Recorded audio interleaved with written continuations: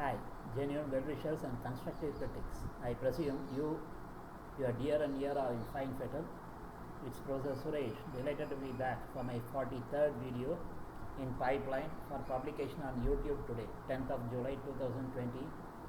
Topic for discussion today is root causes, implications of climate change and effects mitigation. Climate is from ancient Greek, klima, K-L-I-M-A, meaning inclination, is commonly defined as the weather averaged over a long period. Climate is a long-term average of weather, typically averaged over a period of 30 years. Some of the meteorological variables that are commonly measured are temperature, humidity, atmospheric pressure, wind, and precipitation.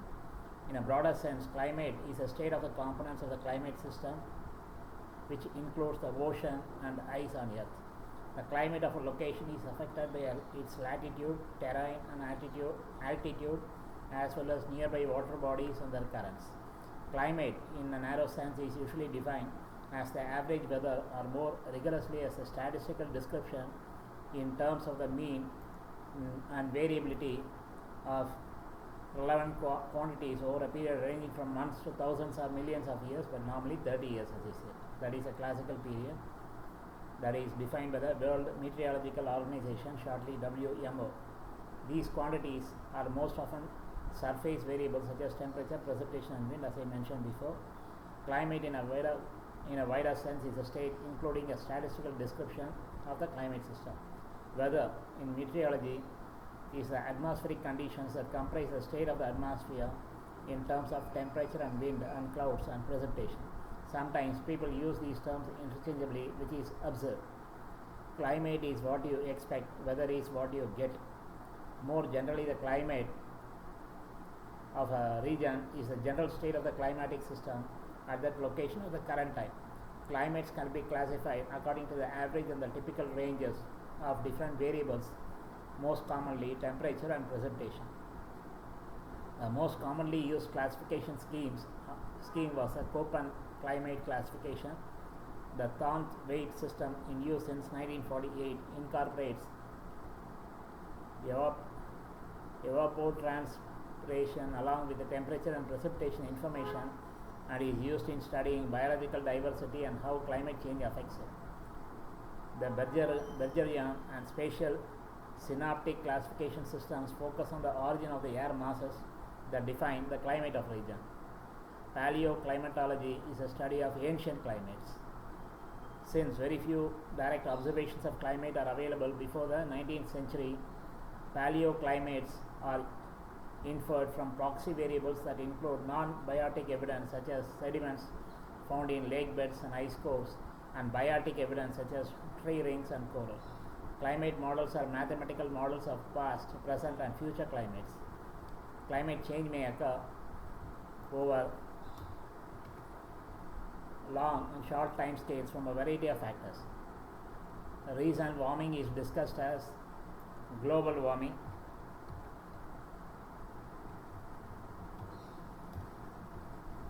Global warming results in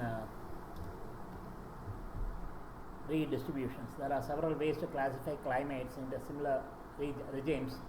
Originally, climes, CLIMES, were defined in ancient Greece to describe the weather depending on a location's latitude. Modern climate classification methods can be broadly divided into genetic methods, which focus on the causes of climate, and empiric methods, which focus on the effects of climate. Examples of genetic classification include methods based on the relative frequency of different air mass types or locations within synoptic weather disturbances. Examples of empiric classifications include climate zones defined by plant hardiness, evapotranspiration, or more generally the Köppen climate classification, which was originally designed to identify the climates associated with certain biomes. A common shortcoming of these classification schemes is that they produce distinct boundaries between the zones they define, rather than the gradual transition of climate properties more common in nature. The history of the scientific discovery of climate change, also known as global warming or cooling, began in the early 19th century when ice ages and other natural changes in paleoclimate were first suspected and the natural greenhouse effect first identified. In the late 19th century, scientists first argued that human emissions of greenhouse gases could change the climate. Many other theories of climate change were advanced, involving forces from volcanism to solar radiation. Thomas Edison, pioneer of electrical technologies, voiced concern for climate change and support for renewable energy in the 1930s itself. In the 1960s, the warming effect of carbon dioxide gas became increasingly convincing. Some scientists also pointed out those human activities that generated atmospheric aerosols. Example, pollution could have a cooling effect as well. During the 1970s, scientific opinion increasingly favored the warming viewpoint.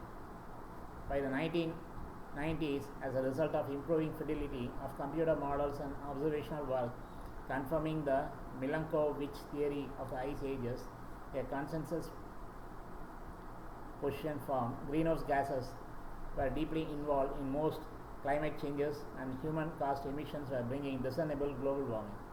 Since the 1990s, the scientific research on climate change has included multiple disciplines and has expanded. Research has expanded our understanding of causal relations, links with historic data, and the ability to model climate change numerically. Research during this period has been summarized in the assessment reports by the Intergovernmental Panel on Climate Change. Climate change, broadly interpreted, is a significant and lasting change in the statistical distribution of weather patterns over periods ranging from decades to millions of years. It may be a change in average weather conditions and the distribution of weather around the average conditions, such as more or fewer extreme weather events. Climate change is caused by factors that include oceanic processes such as oceanic circulation, biotic process, example plants, variations in solar radiation received by the earth, plate tectonics and volcanic eruptions, and human-induced alterations of the natural world. The latter effect is currently causing global warming, and climate change is often used to describe human-specific impacts. From ancient times, people suspected that the climate of a region could change over the course of centuries. For example, Theophrastus, a pupil of Aristotle, told how the draining of marshes had made a particular locality more susceptible to freezing, and speculated that lands became warmer when the clearing of forests exposed them to sunlight. Renaissance and later scholars, saw that deforestation, irrigation and grazing had altered the lands around the Mediterranean since ancient times. They thought it plausible that these human interventions had affected the local weather. Vitruvius, in the 1st century BC, wrote about climate in relation to housing architecture on how to choose locations for cities. The 18th and 19th century conversion of eastern North America from forest to croplands brought numerous change within a human lifetime. From the early 19th century, many believed the transformation was altering the region's climate, probably for the better. When farmers in America, dubbed sod busters, took over the Great Plains, they held that rain follows the plough. Other experts disagreed, and some argument that deforestation could cause rapid rainwater runoff and flooding, and could even result in reduced rainfall. European academics, convinced of the superiority of their own civilization, said that the Orientals of the ancient Near East had heedlessly converted their own once lush lands into improvised deserts. That's what we are doing. Meanwhile, national weather agencies had begun to compile masses of reliable observations of temperature, rainfall and the like. When these figures were analyzed, they showed many rises and dips, but no steady long-term change. By the end of the 19th century, scientific opinion had turned decisively against any belief in a human influence on climate, and whatever the regional effects, few imagined that humans could affect the climate of the planet as a whole. Climate change is one of the major challenges of our time and adds considerable stress to our societies and to the environment, from shifting weather patterns that threaten food production to rising sea levels that increase the risk of catastrophic flooding. The impacts of climate change are global in scope, unprecedented in scale. Without drastic action today, adapting to these impacts in the future will be more difficult and costly. This overview deals with the concept of global climate change, the associated terms, causes, consequences, solutions, and its potential health impact. It shows the need to act urgently if we are to avoid an irreversible buildup of greenhouse gases. Shortly,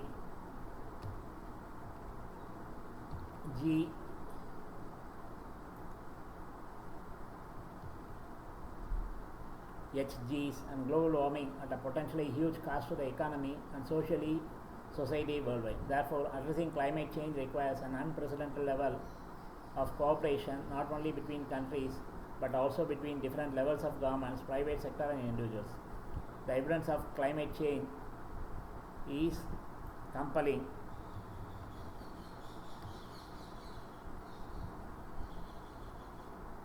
Sea levels are rising.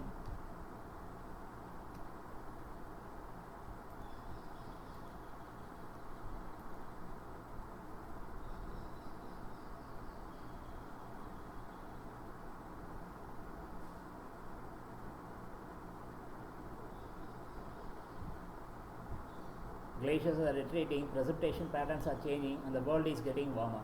According to the Intergovernmental Panel on Climate Change (IPCC), shortly, the current rate of greenhouse gas emissions is likely to cause average temperature to rise by 0.2 degrees Celsius per decade, reaching by 2050 the threshold of 2 degrees Celsius above pre-industrial levels.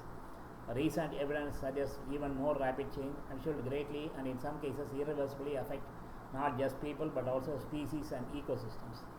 Climate change is a serious risk to poverty reduction and could undo decades of development efforts. While climate change is global, its negative impacts are more severely felt by poor people and poor countries. They are more vulnerable because of the high dependence on natural resources and limited capacity to cope with the climate variability and extremes.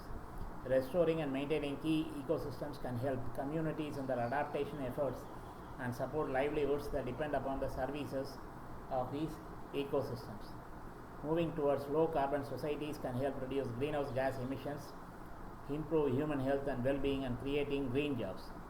Climate change is a fact of life. We need to act urgently if we are to avoid an irreversible buildup of greenhouse gases and global warming at a potentially high cost to the economy and society worldwide. Organization for Economic Cooperation and Development, shortly OECD, analysis suggests that if we act now, we have 10 to 15 years breathing space, during which action is possible at a relatively modest cost. But every year of delay reduces the breathing space while requiring ever more stringent measures to make a difference. Current financial turmoil is not a reason to delay. Indeed, its macroeconomic consequences will be resolved in a relatively short time, after which growth will resume, while the consequences of inaction of global warming will continue to grow more and more costly over time. Climate change could occur naturally as a result of a change in the sun's energy or Earth's orbital cycle, natural climate forcing, or it could occur as a result of persistent anthropogenic forcing, such as the addition of greenhouse gases, sulfide aerosols, or black carbon to the atmosphere, or through land use change. Climate is a complex and interactive system. It consists of the atmosphere, land surface, snow and ice, oceans and other water bodies, and living beings. Among these, the first component, atmosphere, characterizes climate. Various external factors influence the internal dynamics of the climate systems, and these include natural phenomena such as volcanic eruptions and solar radiations, as well as human-induced changes in atmospheric composition. The entire climate system gets the power and energy from the sun. The radiation balance of the earth may get modified by three fundamental ways. 1. By changing the incoming solar radiation. 2. By changing the fraction of solar radiation that is reflected, called albedo. And 3. By altering the long wave radiation from earth back towards the space. Climate, in turn, responds directly to such changes as well as indirectly through a variety of feedback mechanisms. There is a ozone layer that only protects the earth from picking up high temperature. It reduces the radiation also. Now they say there is a hole in the ozone layer, O3, 3 atoms of oxygen. Global warming as well as global cooling refers specifically to any change in the global average surface temperature. Global warming is often misunderstood to imply that the world will warm uniformly. In fact, the increase in average global temperature will also cause a circulation of the atmosphere to change, resulting in some areas of the world warming more, others less. Some areas can even cool. Unfortunately, although it significantly misrepresents what really happens, the term global warming is still often used by media and others to describe climate change. Climate change is more than a warming trend, which is why the term global warming is an inaccurate description of the phenomenon. For the first time in June 1988, at the World Conference on the Changing Atmosphere in Toronto, Canada, politicians and scientists concluded humanity is conducting an unintended, uncontrolled, globally pervasive experiment whose ultimate consequences could be second only to global nuclear war. The conference recommends reducing carbon dioxide emissions by 20% by 2005. We have not done that. This is the year 2020. The same year, IPCC published its first assessment report, which highlighted the increasing accumulation of human-made greenhouse gases in the atmosphere. The first conference of parties, held in Canada in 1995, realized the need of binding commitments by industrialized countries are required to reduce emissions. In December 1997, around 150 countries signed the Kyoto Protocol, which binds 38 industrialized countries called Annex 1 countries to reduce greenhouse gas emissions by an average of 5.2% below 1990 levels for the period of 2008 to 2012. That is not achieved. The Kyoto Protocol became international law on 16th February 2005. For any nation, the more urgent priorities like economic development always needs to take over threats like climate change or global environment change, and this is why it is so difficult to achieve a coordinated international response to such issues. Recently, United Nations Climate Change Conference in Bali, Indonesia, held in December 2007, was attended by representatives from over 180 countries, together with observers from intergovernmental and non-governmental organizations. Participants agreed on Bali roadmap, which provide guidelines to reach a treaty by the end of 2009 to replace the Kyoto Protocol. That year, into April, during the UN climate talks in Bangkok, Thailand, the first meeting after the Bali conference, an ambitious timetable has been developed to complete the complex negotiations on a new climate deal in time for the UN climate conference in Copenhagen in December 2009. A natural system known as a greenhouse effect regulates temperature on Earth. Just as glass in a greenhouse keeps heat in, our atmosphere traps the sun's heat near Earth's surface primarily through heat trapping properties of certain greenhouse gases. Earth is heated by sunlight.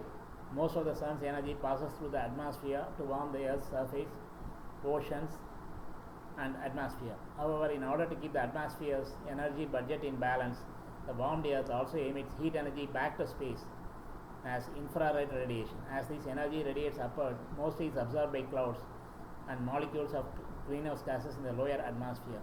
These re-radiate energy in all directions, some back towards the surface and some upward, where other molecules higher up can absorb the energy again.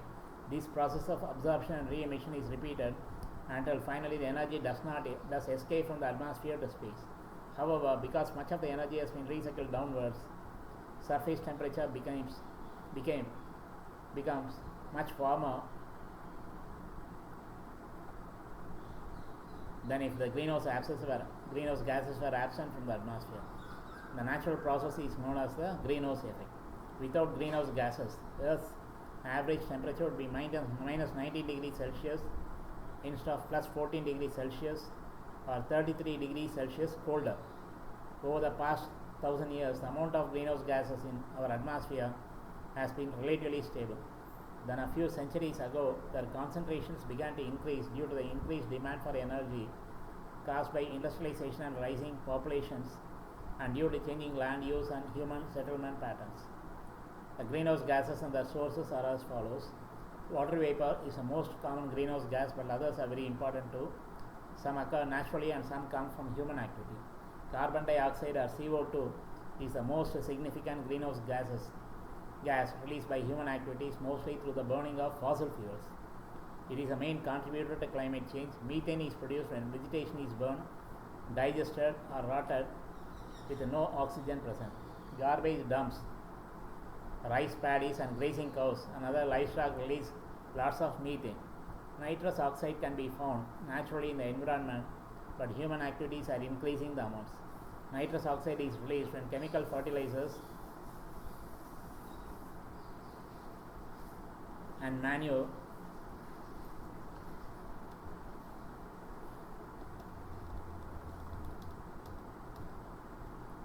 are used in agriculture. Halocarbons are a family of chemicals that include chlorofluorocarbons, shortly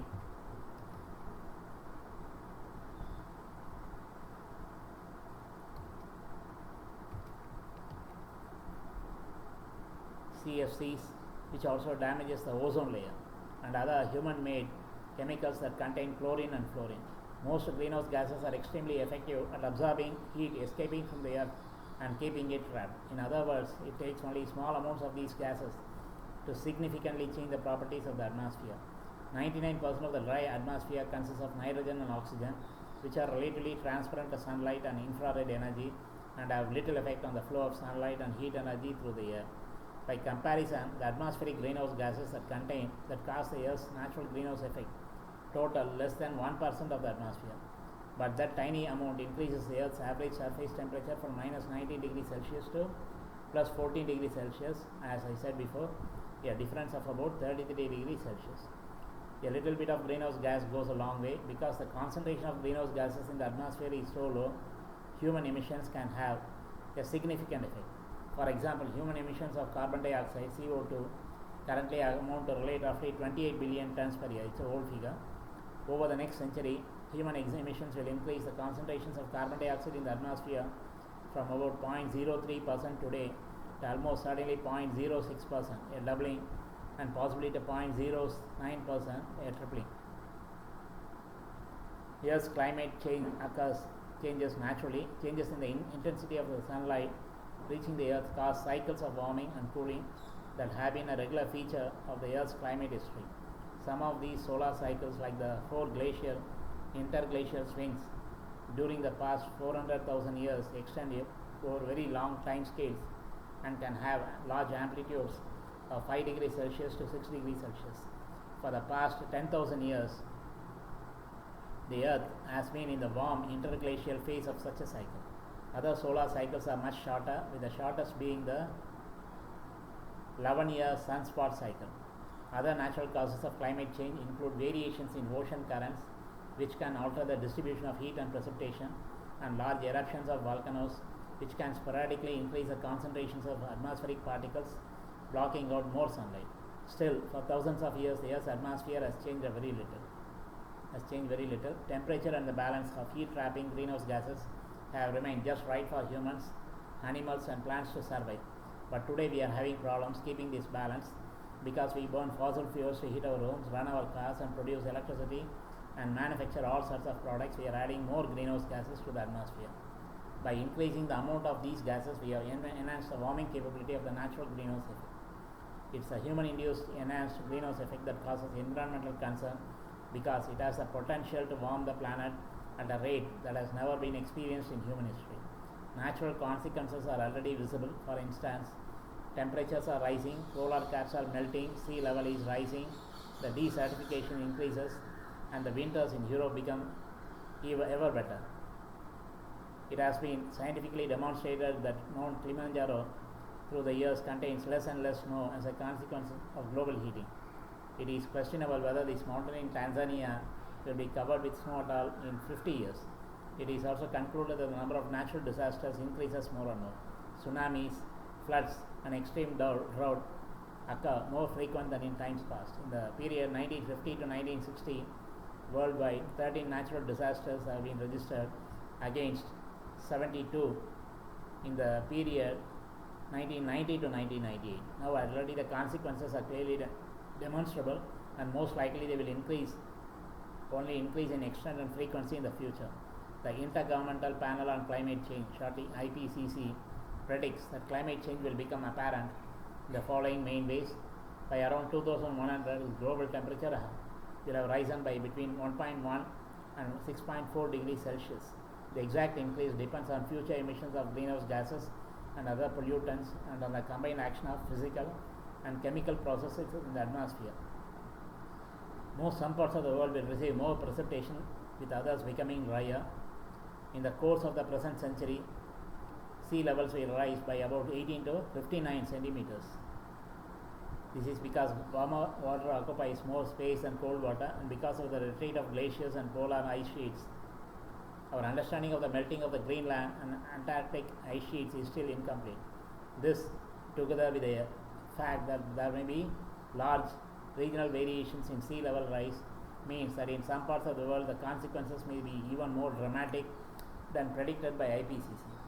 The Gulf Stream, which transports relatively warm water from the Caribbean to Europe, is expected to decline in strength, causing temperatures in northwest Europe to rise less markedly than elsewhere. Standard climate models, however, make no allowance for an abrupt change in the Gulf Stream. Changes in global climate will have enormous consequences for living nature as well as the economy. Even a small rise in mean annual temperature can have a major impact on a region's ecology and biological diversity. Biodiversity is of crucial importance for the stability of ecosystems as well as for all human health. The economic impact of drought, floods, and other climate change effects will become quite substantial. Some researchers estimate that these costs are set to rise to between 5 to 20% of global income. The IPCC has not yet managed to provide a rock-solid cost estimate of the consequences of climate change. It has estimated the cost of limiting further change, though if such action is taken, global income will grow by only slightly less than if nothing is done.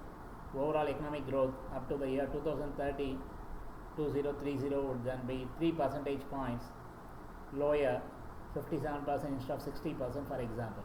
Avoiding extreme climate change is also important if the Millennium Development Goals are to be achieved, formulated by the United Nations as follows: eradicate extreme poverty and hunger, achieve universal primary education, promote gender equality and empower women, reduce child mortality, improve maternal health, combat HIV, AIDS, malaria and other diseases, ensure environmental sustainability, develop a global partnership for development. Global climate change would affect human health via pathways of varying in complexity, scale and directness, and with different timing. Similarly, impacts could vary geographically as a function both of environment and topography and of the vulnerability of the local population. Impacts could be both positive and negative, although expert scientific reviews anticipate predominantly negative. This is no surprise, since climate change would disrupt or otherwise alter a large range of natural, ecological and physical systems that are an integral part of Earth's life support systems. Via climate change, humans are contributing to a change in the conditions of life on Earth. The adverse health effects of climate change are temperature-related illness and death, extreme weather-related health effect, air pollution-related health effect, water and foodborne disease, vector-borne, zoonotic like pandemic novel COVID-19 and rodent-borne diseases, effect of food and water shortages, mental, nutritional, infectious and other health effects. Climate change acting via less direct mechanisms would affect the transmission of many infectious diseases, especially water, food and vector-borne diseases, and regional food productivity, especially cereal grains. In the longer term, with a considerable variation between populations as a function of geographic and vulnerability, these indirect impacts are likely to have greater magnitude than the more direct. For vector-borne infections, the distribution and abundance of vector organisms and intermediate hosts are affected by various physical, temperature, precipitation, humidity, surface water and wind, and biotic factors, vegetation, host species, predators, competitors, parasites and human interventions. By reflecting the increased retention of heat energy in the lower atmosphere, global warming also affects the atmospheric heat budget so as to increase the cooling of the stratosphere. Should this cooling persist, the process of ozone depletion could continue even after chlorine and bromine loading by human emission of ozone destroying gases starts to decline. If so, the potential health consequences of stratospheric ocean depletion increase in incidence of skin cancer in fair-skinned populations, eye lesions such as cataracts, and perhaps suppression of human activity would become an issue for climate change. Between 1970 and 2004, global emissions of greenhouse gases rose by 70%, mainly as a result of rising energy consumption. The CO2 emissions, carbon dioxide emissions of electrical power stations, factories, motor vehicles, homes, offices, and other sources grew even greater by 80%.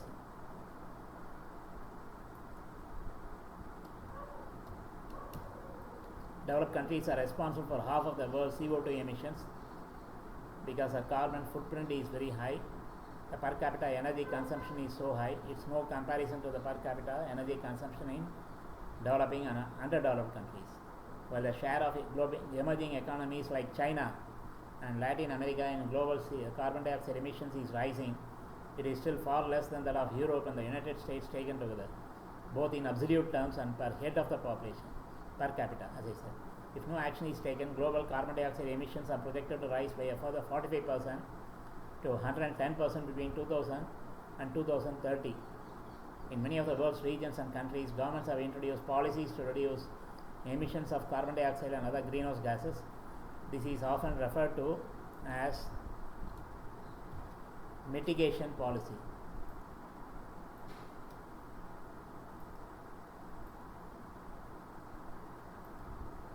A case in point is the Kyoto Protocol, under which industrialized countries have committed themselves to a certain cut in emissions.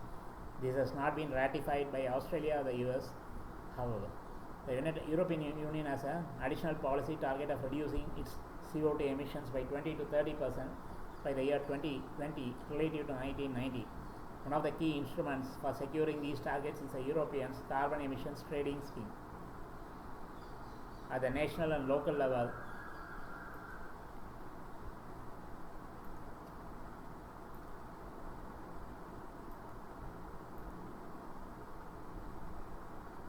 action is being taken by governments as well as environmental organizations. One example is a later type of action is Green for Sure, a green energy plan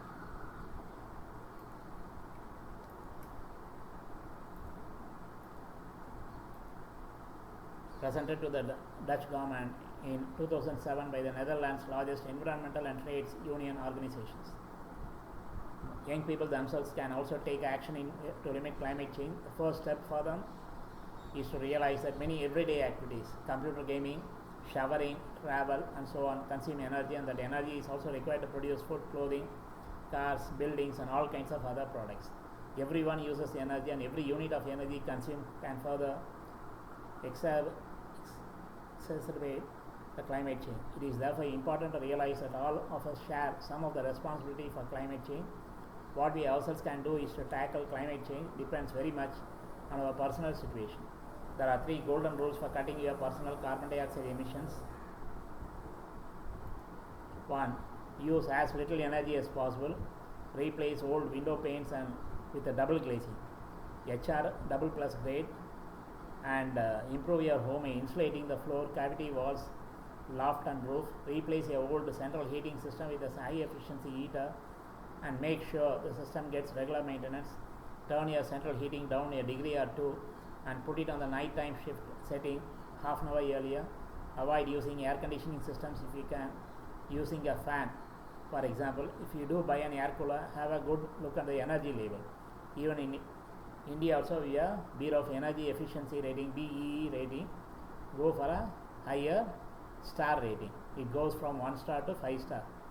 Use power sockets with on-off switches for your adapters to ensure that energy is not being wasted and equipment is on standby mode. Replace old incandescent light bulbs with compact fluorescent ones that I think go for LEDs. To save heated water, fit a low energy shower head and take shorter showers. Use a solar boiler for your hot water. Only use appliances with an A label.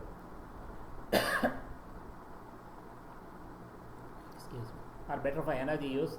Say no to energy guzzlers like tumble dryers, plasma TVs and water beds.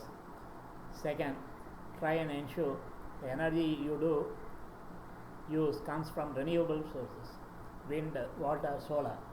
3. Compensate for any fossil energy used by supporting energy efficiency projects or by other means. A variety of schemes are available. When it comes to reducing emissions,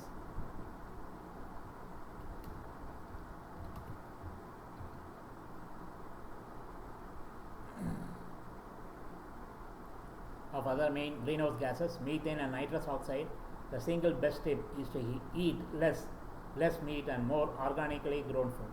Adaptation is process through which societies could make themselves better able to cope with an uncertain future. Adapting to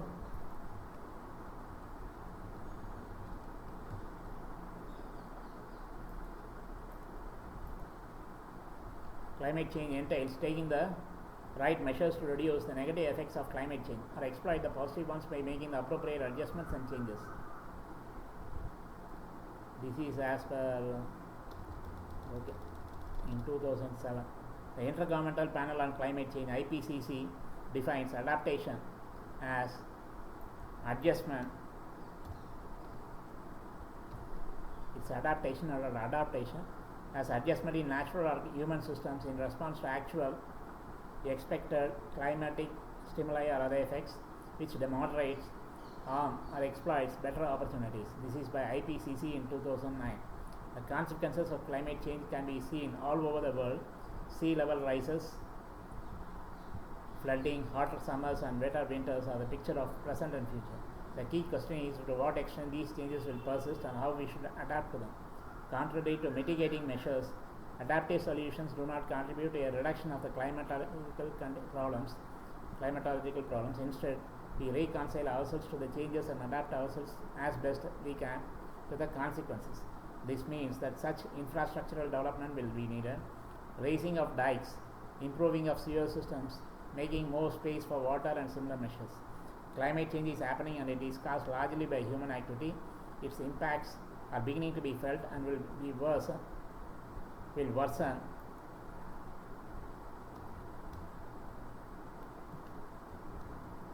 the decades ahead unless we take action.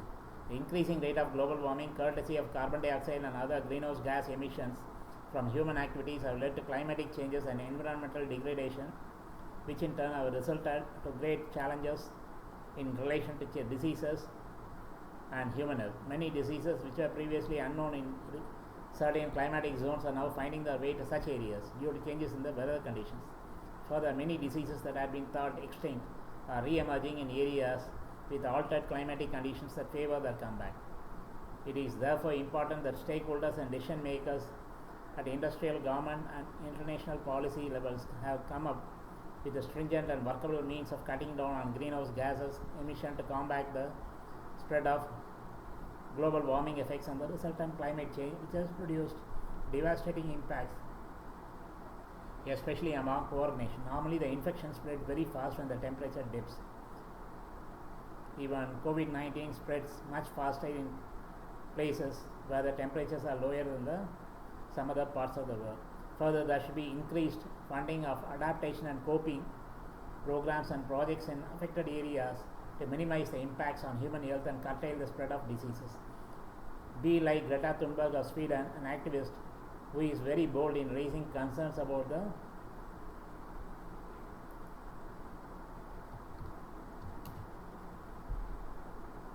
adverse effects of climate change and fights with the world leaders on such issues. Be like her, or at least support people like them. All of us have a critical role in curtailing causes that result in climate change for the worse. Make our world a better place to live, like heaven and not hell. Changes can't be achieved overnight, but it can be achieved in stages. We are the root cause for all evil on earth, and it is high time to take requisite actions to reverse the adverse effects. Make up our mind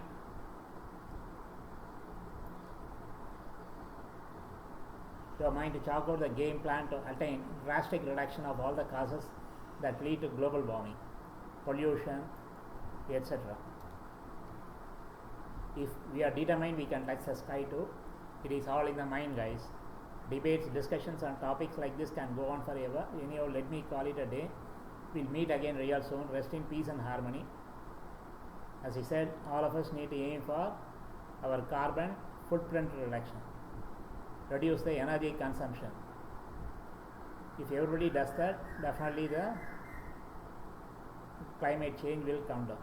Some of the views, statements expressed are solely mine based on knowledge gained over 6 decades. Always watch these videos with closed caption, subtitles for absolute 100% comprehension as per my recommendation. Zillion times so far. I know I rushed through to complete the presentation within 20 minutes maximum. This is a time limit I had set myself to retain the viewer's attention as a norm. I know nowadays I exceed this time limit since I make honest attempts to cover the selected topic more elaborately, including so many intricate, finer details, referring to a wide variety of sources, in particular Wikipedia, quite extensively besides articles and books published recently. Besides, I add my own salt and pepper and masala based on my personal experiences so far in my life, and also intuition.